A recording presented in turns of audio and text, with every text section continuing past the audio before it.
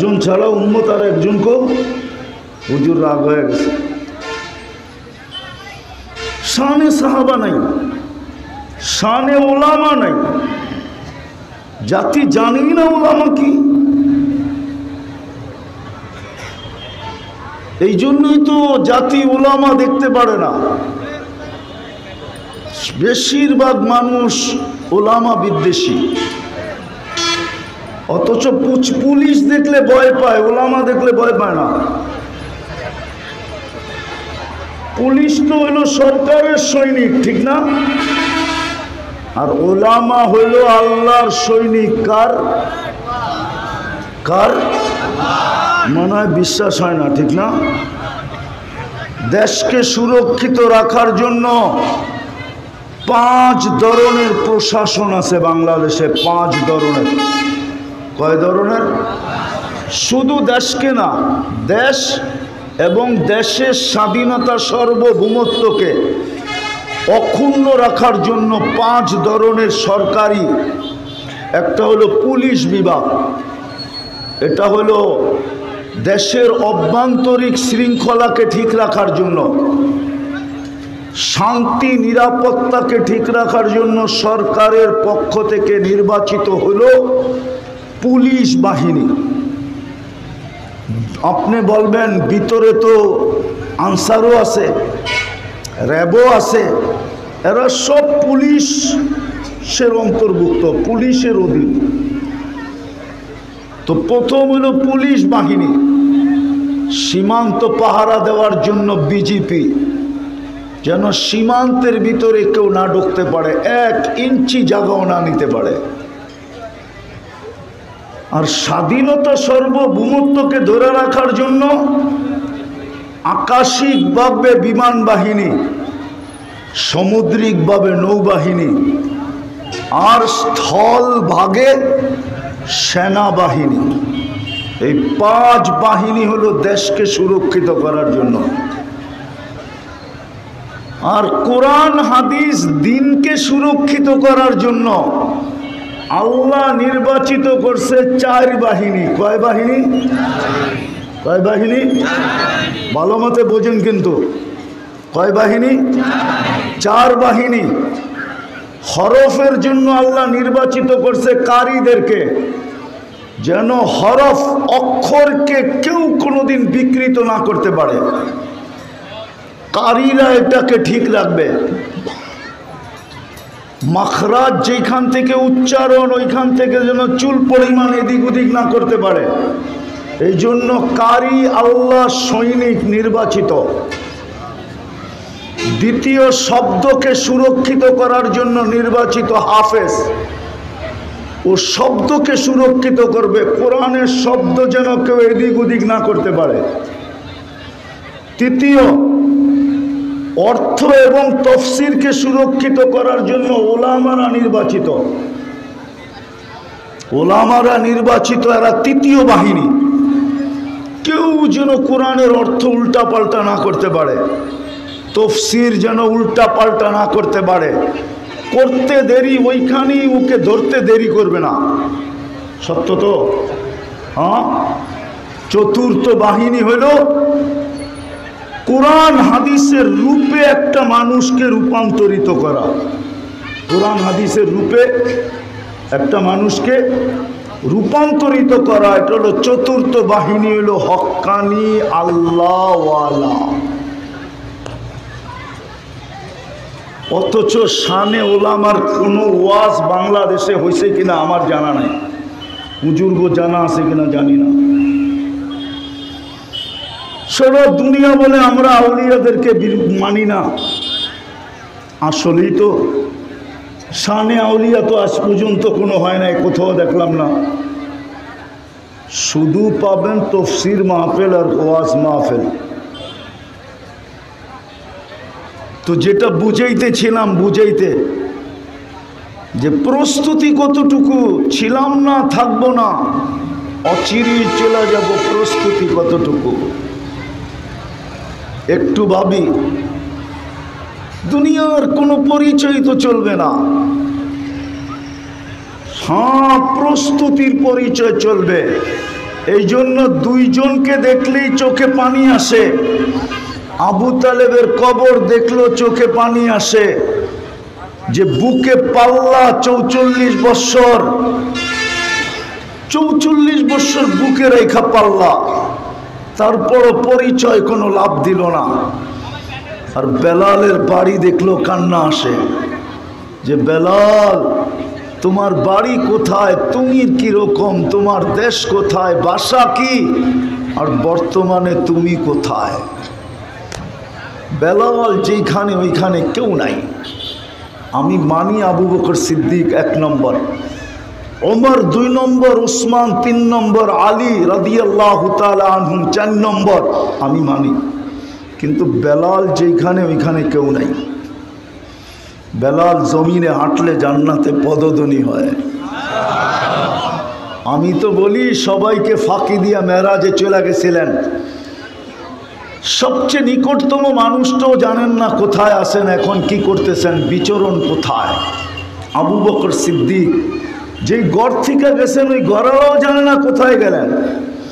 কিন্তু বেলাল মনে হয় বলতেছিল সবাইকে ফাঁকি দিছেন মানলাম, কিন্তু আমি কালো হইতে পারি, ইথিওপিয়া বাড়ি হইতে পারে, আমি অনারব হইতে পারি, আমার জবানটা তোতলা হইতে পারে, আমি কৃত দাস হইতে পারি, আমাকে ফাঁকি দেওয়া সম্ভব না। আমি তো আপনার আগে আগে চলব। আর জান্নাতে চলে দেখা দিছেন। দিদা আমি কথাকে গুছায় নিয়ে আসতেছি। চিন্তা করা উচিত যে প্রস্তুতি কতটুকু। ওই প্রস্তুতির জন্যই তো আল্লাহ 2টা বড় ইহসান করলেন। এর চেয়ে বড় ইহসান আর কিছু হইতে পারে না। এর চেয়ে বড় ইহসান কিচ্ছু হইতে পারে না। ওলামা আমার সাথে একমত হবে, যাকে আল্লাহ মুসলমানের ঘরে অস্তিত্ব দিলেন, এর চেয়ে বড় ইহসান কি হইতে পারে? এর চেয়ে বড় দয়া কি হইতে পারে? এর চেয়ে বড় ভালোবাসা আর কি হইতে পারে? মুসলমানের ঘরে জন্ম দিলেন প্রস্তুতির জন্য। কিন্তু রংপুরের মানুষ, যুবক, তোমার পায়ে হাত রেখে জিজ্ঞাসা করি, তুমি বলো তোমার ভিতরে ইসলাম আছে কতটুকু? মা বোনদেরকে জিজ্ঞাসা করি কতটুকু ইসলাম আছে, পুরুষদেরকে জিজ্ঞাসা করি ইসলাম কতটুকু আমার ভিতরে। প্রস্তুতি নেওয়ার জন্যই তো আল্লাহ মুসলমানের ঘরে আমাকে অস্তিত্ব দিলেন। এর চেয়ে বড় কোনো ইহসান হইতে পারে না। আমি লিখি না, ইমাম গাজালি লেখছেন, এর চেয়ে বড় শুকরিয়া। হায় হায় হায়, শুকরিয়া আদায় করা ফরজ ছিল, কিন্তু ইমাম গাজালি এটাও লেখছে যে তুমি কতটুকু আদায় করবে, এটার তো কোনো সীমারেখা নাই। মুসলমানের ঘরে অস্তিত্ব দিলেন প্রস্তুতির জন্য, কিন্তু প্রশ্ন রংপুরের মানুষ, আমাদের প্রস্তুতি কতটুকু? দ্বিতীয় আল্লাহর সবচেয়ে বড় ইহসান, প্রস্তুতি যাতে সহজে নিতে পারি, পরিশ্রমের ঘাম যেন না জড়ে। মাথার ঘাম পায়ে আসা তো দূরের কথা, কপালের ঘাম গড়ায়া যেন চক্ষু পর্যন্ত না আসে, এর আগেই যেন প্রস্তুতি হয়ে যায়। নাইলে এই কথা কেন বলতো?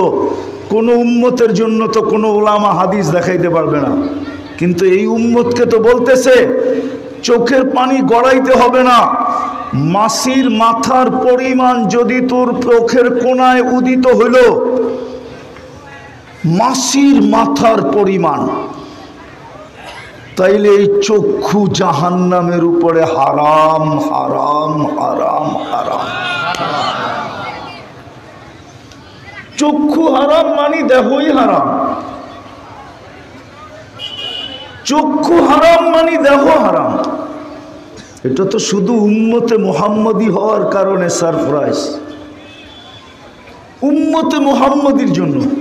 এই জন্যই আমি শব্দটা মনে রাখতে হবে, যাতে মাথার ঘাম পায়ে ফেলা ব্যতীত অল্প পরিশ্রমী প্রস্তুতি হয়ে যায়। এই জন্য বন্ধুর উম্মত বানাইলেন, তাও বাছাই করা। কি করা? বাছাই বোঝেন? আরে বাছাই বোঝেন কি? বসাইছো তো আপনি করে আমারতে বহুত দূরে, আর স্টেজটাও বানাইছে চাঙ্গে। চাং বোঝেন না? আপনারা আমাকে ঢাকায় ভাষা বুঝবেন না, ঠিক না? অনেক উঁচা, ঠিক না? আর আপনি করে বসাইছো আমার চেয়ে অনেক দূরে। তো যেটা বুঝাইতেছিলাম, কি জানি বুঝাইতেছিলাম,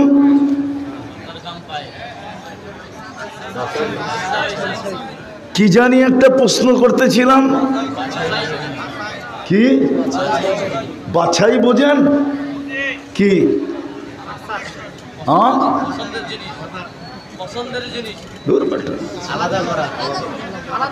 বাছাই হলো সারা বাজার ঘুরতে ঘুরতে ঘুরতে ঘুরতে ঘুরতে তারপরে একবারে সবচেয়ে উচ্চ কোয়ালিটি মানসম্মত নিজের পছন্দেরটা বাহির করা, এটার নাম হলো বাছাই করা। যেমন ফল কিনতে যায়া দেখতে দেখতে দেখতে টিপা টাইপা তারপরে একটা পছন্দ করে। কোরআন বলে হুয়াজতাবাকুম, মানব জাতির ভিতর থেকে আমাদের, আপনাদেরটা আমি জানি না, আমারটা আমি বলি, যে মনে হয় 1000 কোটি মানুষের ভিতর থেকে আল্লাহ দেখতে ছিল কিন্তু পছন্দ হইতেছিল না। আমার উপরে যখন কুদরতি নজর পড়ছে তখন বলছে, আয় তোরে আমার বন্ধুর উম্মত বানাইলাম। এটার নাম হলো বাছাই করে। বাছাই করে বানাইলেন হুয়াজতাবাকুম। হায় হায়, আমি আবার হারায়া যাব, সময়ও নাই আমার কাছে। ওই দিকে গেলে হারায়া যাব। উম্মত তো জানে না নিজের দাম কত, কার উম্মত এটাও জানে না। যদি যুবক জানতো তাহলে ওর চুলের কাটিং এরকম হতো না। ও 50 টাকার চুল 400 টাকা দিয়ে কাটতো না। মা বোন যদি জানতো তাহলে কোনোদিন বেপরদা চলতো না। শিক্ষিত লোকগুলা যদি বসতো তাহলে কোনোদিন মন মতো চলতো না। পুরুষরা যদি বসতো তাহলে নিজের পছন্দ মতো জীবন কাটাইতো না। আজকে আমরা বুঝি নে কার উম্মত, কার উম্মত, আমাদের দাম কি, দাম বুঝি না, কাম করতে গিয়ে বুঝবো। এই জন্যই তো বলি যুগ বিয়োগে মিলে না। উম্মতে মোহাম্মদী আর এরা হবে নির্যাতিত, তাহলে কোরআন উল্টায়া গেল না? উম্মতে মোহাম্মদী হবে নির্যাতিত, উম্মতে মোহাম্মদী হবে নিষ্পেষিত, উম্মতে মোহাম্মদী হবে ঘৃণিত, উম্মতে মোহাম্মদী হবে দীক্ষিত, উম্মতে মোহাম্মদী হবে অবহেলিত, উম্মতে মোহাম্মদী হবে দুনিয়ার ভিতরে সবচেয়ে লাঞ্ছিত। তাহলে তো কোরআনই উল্টে যাবে। কোরআন তো এটা বলে না। কোরআন তো বলে আনতুমুল আলাউনা, তোমরাই সবার উপরে থাকবে। ওই মাইক ঠিক করো, আওয়াজ বেশি দিতে হবে না। কোরআন তো বলে আনতুমুল আলাউনা, তোমরাই সবার উপরে থাকবে। কোরআন তো বলে, কোরআন তো বলে, কোরআন তো বলে উলাইকা লাহুমুল আমান, আমি নিরাপত্তার চাদর দিয়ে তোমাদেরকে ঢেকে রাখবো। কোরআন তো বলে লাহুম রিজকুন কারীম, ক্লান্তিহীন রিজিক আমি তোমার বাড়িতে পৌঁছায় দিব। বরং হাদিস দেখলে তো মনে হয় আল্লাহ তো অঙ্গীকার করতেছে, ইয়ারজুকু কামা তারজুকু কামা ইয়ারজুকু তাইর, আমি তোমাদেরকে পাখির মতো পালবো, পাখির মতো। কোরআন তো বলে হায়াতান তাইয়্যিবা, পছন্দের জীবন আমি তোমাদেরকে দিব। কোরআন তো বলে ইন্নাল ইজ্জাতা লিল্লাহি ওয়া লিরাসূলিহি ওয়া লিল মুমিনিন, ইজ্জতের উচ্চ শিখরে তোমাদেরকে রাখবো। কোরআন তো বলেন ইন্না নানসুরু রুসুলানা ওয়াল্লাযীনা আমানু, ও উম্মতে মুহাম্মাদী হাত উঠাইতে দেরি, সাহায্য আসতে দেরি হবে না। আর প্রমাণও তো দিলেন, একজনের জন্য ফেরেশতা চলে আসলো। মনে হয় হুজুররা মানতে রাজি না, আপনারা মানতে রাজি? কয়জনের জন্য ফেরেশতা? একজনের জন্য ফেরেশতা। আমি প্রমাণ দিতেছি, হায়াত সাহাবায় আছে।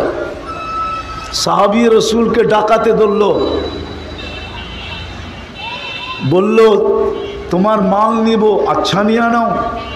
বলছে শুধু মাল নিব না, তোমাকে জবাও করব।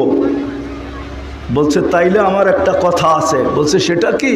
বলে আমাকে 2 রাকাত পড়তে দাও। বলছে ঠিক আছে পড়ো। এই লাশগুলোও পড়ছিল, কোনো কাজে দেয় নাই। তো 2 রাকাত পড়া যখন বয়ে বয়ে সালাম ফিরাইতেছিল, তো ডান দিকে সালাম ফিরাইতে দেরি, তো দেখে সুদর্শন যুবক দাঁড়ানো, উলঙ্গ তরবারি হাতে, চেহারার থেকে যেন চাঁদের চেয়েও বেশি আলো ছিটকায়া পড়তেছে, আর ঠোঁটে তা নামাজির দিকে দেখা মুস্কি মুস্কি হাসতেছে। বাম দিকে ফিরে তাড়াতাড়ি জিজ্ঞাসা করলো তুমি কে? তো ফেরেশতা বলতেছে আশ্চর্যের বিষয় তো, তুমি আমাকে ডাইকা আনলা আর তুমি জিজ্ঞাসা করতেছো তুমি কে? তুমি তো ডাইকা নিয়ে আসলা। তো বলল কিভাবে ডাকলাম? বলে তুমি যখন সেজদায় প্রথমবার পড়ছিলে, পুরা দোয়া আমি পড়ব না, কিতাবে আছে পুরা দোয়া। তুমি যখন ডাক দিছিলে ইয়া মুগিস আগিসনি, তখন সমস্ত আসমানে ছুটাছুটি শুরু হয়ে গেছে, কম্পন শুরু হয়ে গেছে। সব ফেরেশতা চিৎকার দিয়া বলতেছিল আল্লাহ, আল্লাহ, কোন বিপদগ্রস্তের আর্তনাদ, অনুমতি দিতে দেরি, ঝাঁপায়া পড়তে দেরি করব না। তো আমি নির্বাচিত হয়েছিলাম। দ্বিতীয়বার যখন তুমি ডাক দিছ, দোয়া পড়ছো ইয়া মুগিস আগিসনি বলছো, তো আমি 4 আকাশ অতিক্রম করে ফেলছি। আমি ছিলাম 4র্থ আকাশে। বলে যখন তুমি 3য় ডাক দিছ, তো আমি তোমার মাথার কাছে আইসা তোমার দুশ্মনকে জাহান্নামে পৌঁছায় দিছি। ওই যে দেখো শরীর থেকে দাউ দাউ করে আগুন জ্বলতেছে। বলছে এটা কি আমার বিশেষত্ব? বলছে না, কিয়ামতের সকাল পর্যন্ত আমি অপেক্ষা করব, বেঁচে থাকবো, তোমার মতো নামাজ যে উপহার দিবে তার ডাকে আমি ছুটে আসবো। বলেন একজনের জন্য যদি ফেরেশতা আইসা থাকতে পারে, তাইলে আজকে ফিলিস্তিনের 60 লক্ষের জন্য কেন আসে না? বলেন আমাকে, ফিলিস্তিনের 60 লক্ষের জন্য কেন আসে না? ফিলিস্তিনও তো আরব, বন্ধুর ভাষায় কথা বলে, কোরআনের ভাষায় কথা বলে, জান্নাতীদের ভাষায় কথা বলে। ফিলিস্তিন তো ওই জমিনের নাম ফিলিস্তিন। কোরআন তো বলে বারাকনা হাওলা, যার প্রত্যেকটা বালুর কণায় বরকত মিশ্রিত।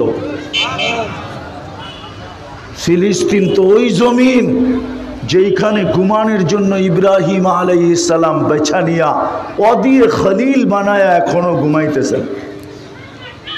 ফিলিস্তিন তো ওই জমিন যেইখানে মুসা আলাইহিস সালাম ঘুমাইতেছেন। ফিলিস্তিন তো ওই জমিন যেখানে চিহ্নিত এখনো 70 জন নবীর কবর চিহ্নিত আছে, চিহ্নিত। ফিলিস্তিন তো ওই জমিন যেখানে 45,000 মুহাম্মদুর রাসূলুল্লাহর জিয়ালেরা, সাহাবীরা 45,000 যেখানে ঘুমাইতেছেন।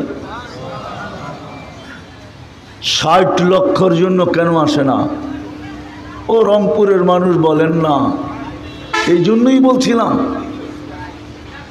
প্রস্তুতির জন্য সবচেয়ে বড় নেয়ামত দিছিলেন ইসলাম মাতৃকুলে, কিন্তু শুধু নামটা রাখলাম, সব হারায় ফেললাম।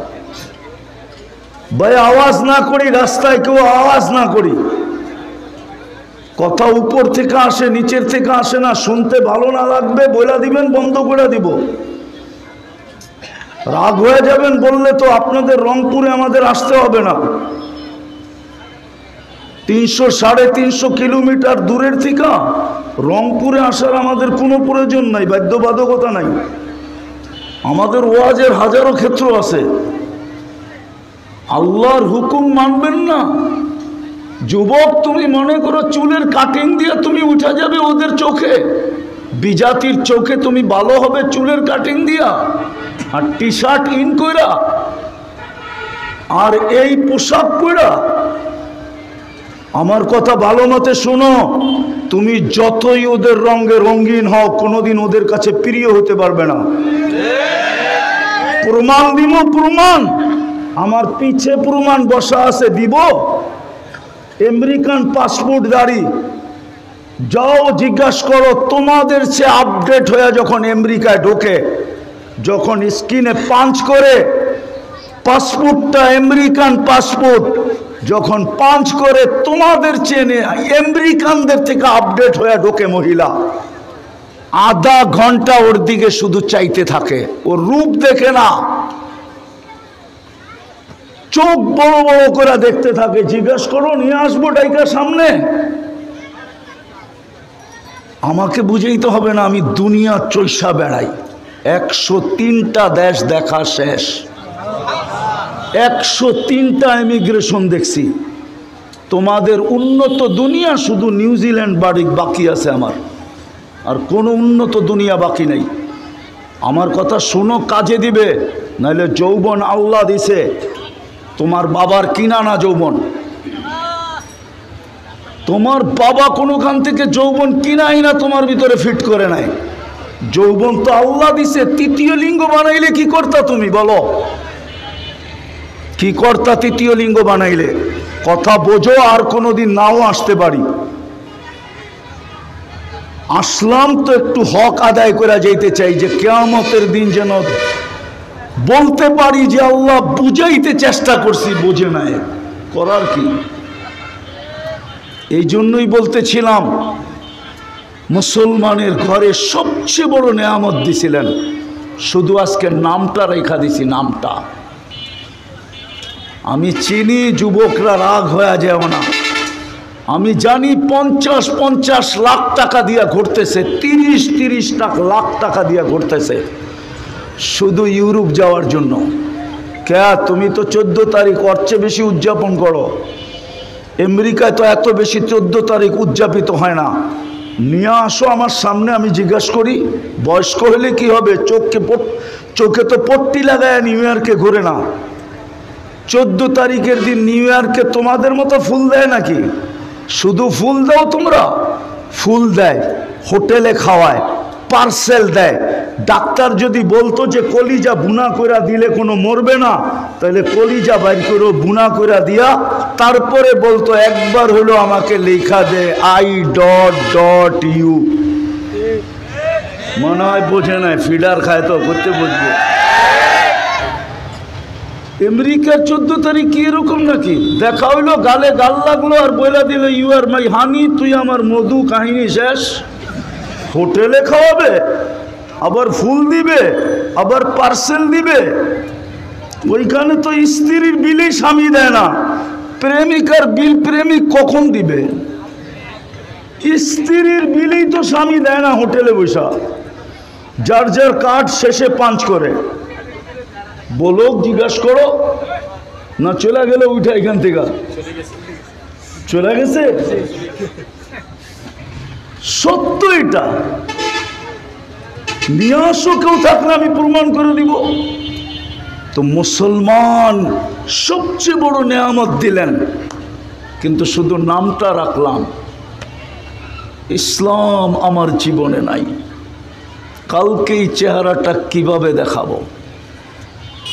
বলবেন চেহারা দেখাইতে হবে কেন? এটারও যুক্তি দিতেছি। 24 ঘন্টা নুন কার খাই? 24 ঘন্টা সার্ভিস কে দেয়? পয়সা নাই, শুধু অক্সিজেনের দাম যদি পানির দামে ধরতেন, পানির দামে 30 টাকা লিটার ধরতেন, রংপুরও 1 লিটার পানি 30 টাকা মনে হয়, 30 টাকা যদি ধরতেন তাহলে ডেলি 16,500 টাকা বিল দিতে হতো। রংপুরে হয়তো আবার বিল্ডিং, আরে ঝুপড়ি হইতো কিনা সন্দেহ ছিল। যদি ডেলি 16,500 টাকা বিল দিতে হইতো ডেলি বাঁচার জন্য, মাসে 4,95,000 টাকা বিল দিতে হইতো শুধু যদি অক্সিজেনের বিল নিতেন পানির দামে, পানির দামে।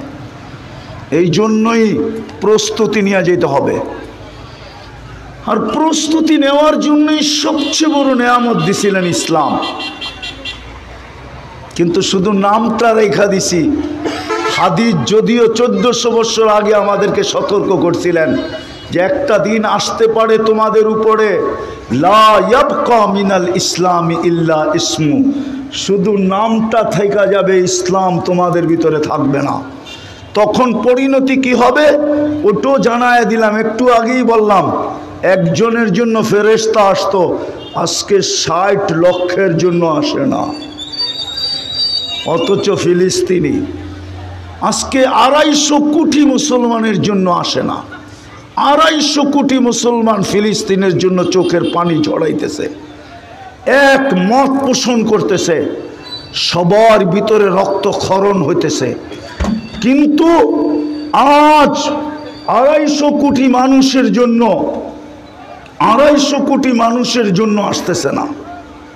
250 কোটি মানুষ, 250 কোটি মানুষের চোখের পানি ঝরতেছে। বলো কোলামারা জড়াইতেছে কিনা, বলো তোলাবারা জড়াইতেছে কিনা, বলো প্রত্যেক মাদ্রাসায় কোরআন পড়া পড়া দোয়া হইতেছে কিনা। কিন্তু কোথায় ফেরেশতা? শুধু নাম আছে। আর বলে গেছেন হ্যাঁ খাল থাকবে না, ঢাকা শহরে জায়গার নাম থাকবে দোলাই খাল। ঝিল থাকবে না, ঢাকা শহরের নাম থাকবে মতি ঝিল। বাজার থাকবে না, কিন্তু ঢাকা শহরের নাম থাকবে দান মন্ডি। বাঙ্গা থাকবে না, আমেরিকার চেয়ে উন্নত হবে ওই চৌরাস্তা, বাঙ্গার চৌরাস্তা, যেখানে নতুন ড্রাইভার গেলে হারায়া যায়, কোন দিক দিয়ে নামবো কোন দিক দিয়ে উঠবো ও কোনো কুল কিনারেই পায় না। নাম কিন্তু বাঙ্গা, কিন্তু বাঙ্গা না, ওর চেয়ে উন্নত কোনো এলাকাই না, ঠিক না? আজকে আমাদের ইসলাম রয়ে গেছে, কালকে এই চেহারাটা কি করে দেখাবো বলেন? সাহায্য যদি না আসে তাহলে কি করে বাঁচবো? একের পরে এক দেশ তো গ্রাস হইতেছে। আফগানিস্তান হইল, ইরাক হইল, লিবিয়া হইল, এখন ফিলিস্তিন হইতেছে, 2 দিন পরে সিরিয়া তো হয়েই সারছে, তারপরে তো সিরিয়ালে হইতে থাকবে। তখন কি করবেন? তো ছিলাম না, থাকবো না, যার কাছ থেকে আসছি তার কাছে চলে যেতে হবে। কিন্তু প্রশ্ন হলো প্রস্তুতি কতটুকু? প্রস্তুতি নেওয়ার জন্যই মুসলমানের ঘরে জন্ম দিছিলেন। এত বড় নিয়ামত মাতৃকোলে দিয়া দিছেন, মাতৃকোলে, সহজে যেন প্রস্তুতি নিতে পারি এই জন্য উম্মতে মুহাম্মদী বানাইছিলেন। আমি তো বলি যুবক যদি নবীর আদর্শে চুল কাটতো তাইলে প্রত্যেক চুলের বদলায় সওয়াব পাইতো। নবীর আদর্শে চুল কাটলে 50 টাকা লাগতো, 350 টাকা দিয়ে যুবক পিজা খাইতে পারত, প্রত্যেক চুলের বদলায় সওয়াব পাইতো। কিয়ামতের দিন যখন নবীজির সাথে সাক্ষাৎ হইতো তো পানি পান করার পরে হাতও পাততে পারত। নবীজি বলতো যে পানি তো পান করায় দিলাম, আবার হাত পাতলি কেন? বলে আপনার আদর্শে সারা জীবন চুল কাটলাম, কি দিবেন দেন না। মনে হয় বুঝাইতে পারি না। চুল কেটে তো নবীজির কাছে হাত পাততে পারতো, আপনি বলবেন একটা তো আদর্শ শুধু, হ্যাঁ এটাই তো ঘোষণা আছে, একটা সময় আসবে মান তামাসসাকা বিসুন্নতি, যে আমার একটা সুন্নতকে আঁকড়ায় ধরবে, একটা সুন্নতকে সঙ্গী বানাবে, ফালাহু আজরু মিয়াতি শাহিদ, ইমানের সাথে যদি একটা সুন্নতকেও আঁকড়ায় ধরে, পাঞ্জা দিয়া ধরে নিজের জীবনের সঙ্গী বানায়, তা আল্লাহর রসুল বলছে 100 শহীদের সওয়াব। কি বিশ্বাস হয় না? না হয় না? তো দ্বিতীয় নিয়ামত তো দিলেন নবীর সহজে যেন প্রস্তুতি হয়, এক রাত্রে যেন প্রস্তুতি হয়, এক রাত্রে, এক রাত্র 83 বৎসর। কয় রাত্র? 1000 মাস 83 বৎসর। আমি যদি 83,000 বৎসর বলি তাইলে ভুল হবে না, আমি মিলাইয়া দিতে পারবো যোগ বিয়োগ।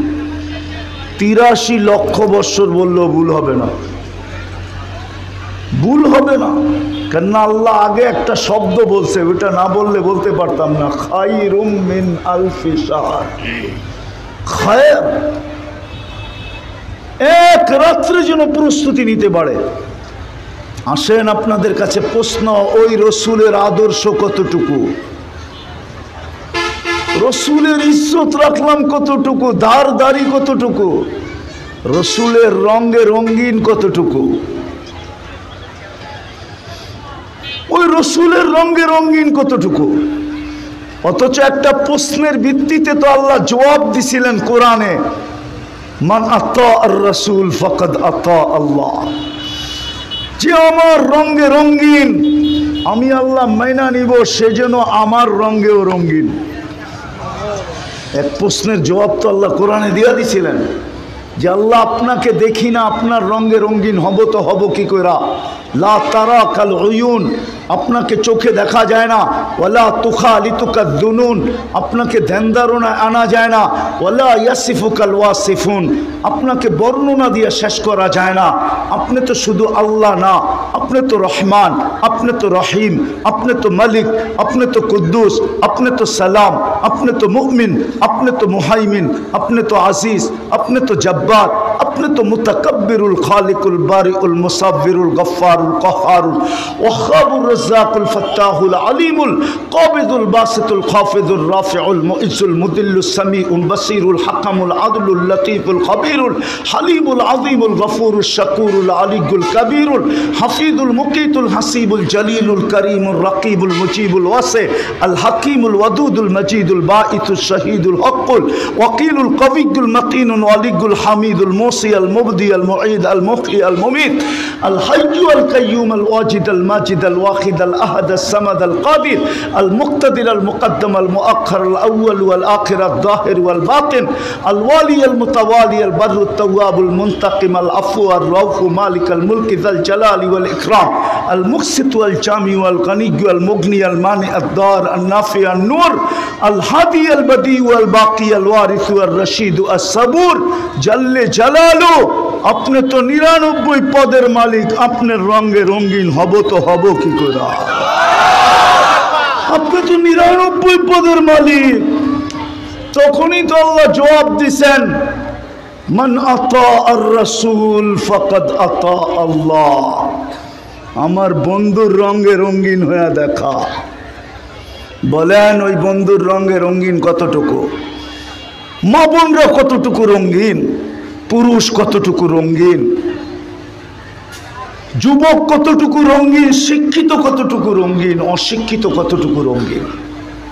আজকে আমাদের দুরবস্থা হবে না তো হবে না কেন? অথচ কোরআন তো অন্যটা বলে, হাদিস তো অন্যটা বলে, ইতিহাস তো অন্যটা বলে। একজনের জন্য ফেরেশতা 250 কোটি মুসলমানের জন্য ফেরেশতা নাই। আজকে দুরবস্থা হবে না তো হবে না কেন? শুধু ইসলামের নাম রেখা দিছি, নবীর শুধু উম্মত বলে শুধু নাম শুনলে খালি চুমা দেই, আর কিচ্ছু না। আমি বিরোধিতা করতেছি না। আসেন প্রস্তুতি নিয়ে যেতে হবে, নাইলে এই চেহারাটা দেখানো যাবে না। যদি দেখানো যাইতো তাইলে আগেই বলছি আবু তালেবের কবর দেখা আমার চোখে পানি আসতো না, আর ফেরাউনের কিতদাসীর কবর দেখা আমার চোখেও পানি আসতো না। ফেরাউনের কিতদাসীর কবর থেকে এখনো সুঘ্রাণ বাহির হয়। রংপুরের মানুষ, ওই সুঘ্রাণ আমার নাকে এখনো আছে। এখনো আপনি শুনতে হলে আপনি নাক আমারটার ভিতরে ঢুকায় দিয়া শুনতে হবে। হাজারো মানুষ ডেলি যায় ওইখানে, আমার কাছ থেকে অ্যাড্রেস নিয়ে যান, আমি দেখা আসছি। হাজারো মানুষ যায়, আর ওই গ্রান যার নাকে একবার ঢুকলো দুনিয়ার কোনো পারফিউম ওর কাছে দরকার হবে না। সত্য তো এটাই। ফেরাউনের কিতদাসীর কবর আমাকে কাঁদাইতো না। ফেরাউনের কিতদাসী, ফেরাউন কি বুজুর্গ না? এই জন্য আসেন, সুযোগ এখনো হাতে আছে। যুবক, তোমাদের পায়ে পড়ি, দিলে কথা গাথ, নাইলে হিসাব দিতে হবে। লাতুস আলুন্না আনিন নাঈম, প্রত্যেক নেয়ামতের হিসাব দিতে হবে। প্রত্যেক, আমি যেইভাবে বলছি এইভাবেই আল্লাহ ধরবে। এই জন্য তওবা করি।